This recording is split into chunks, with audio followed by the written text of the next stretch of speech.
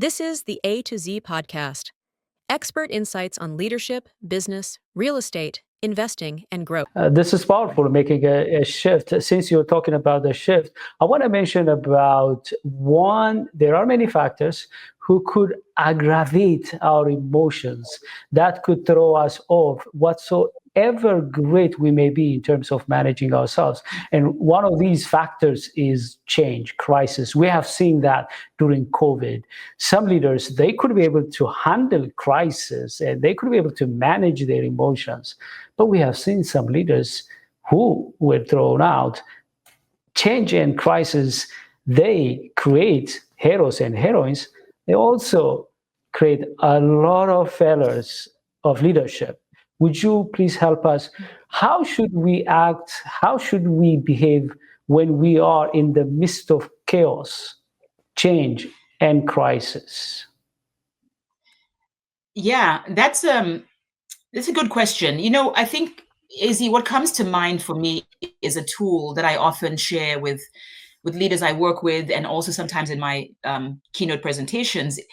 It's the idea of asking yourself more gateway questions. In the middle, if you think about it, when change and discomfort and uncertainty is happening to us, the data shows us that we naturally zero in on the disruption, right? Which is the turbulence. We zero in on that. And then we default to asking ourselves questions that begin with the word why.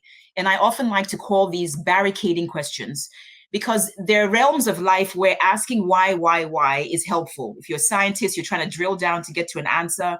Why questions are very helpful in that line of work.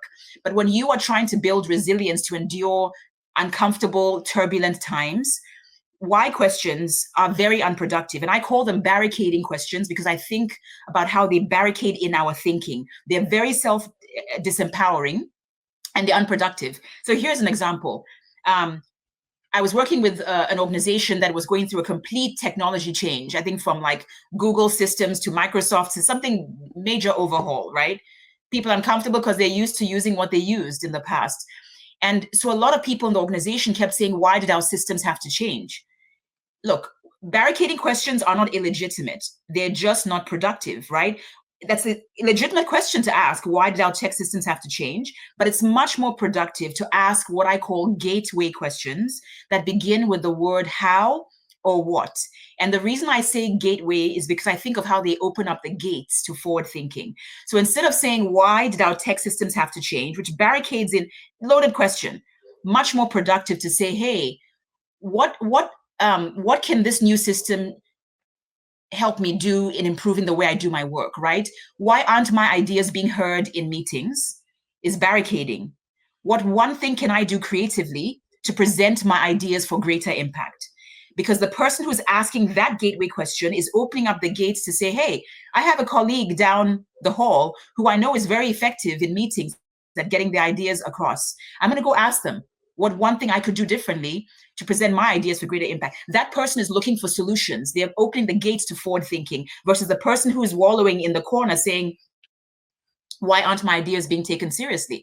I don't know why. That's not a question we want to even begin answering. It's much more productive in the middle of change and uncertainty to ask gateway questions, right? Why didn't I get the promotion I deserved? Hey, what can I do to boost my marketability and skill set? That's much more productive. So gateway questions allow us to make the most of what we can control in a changing, turbulent, uncomfortable situation.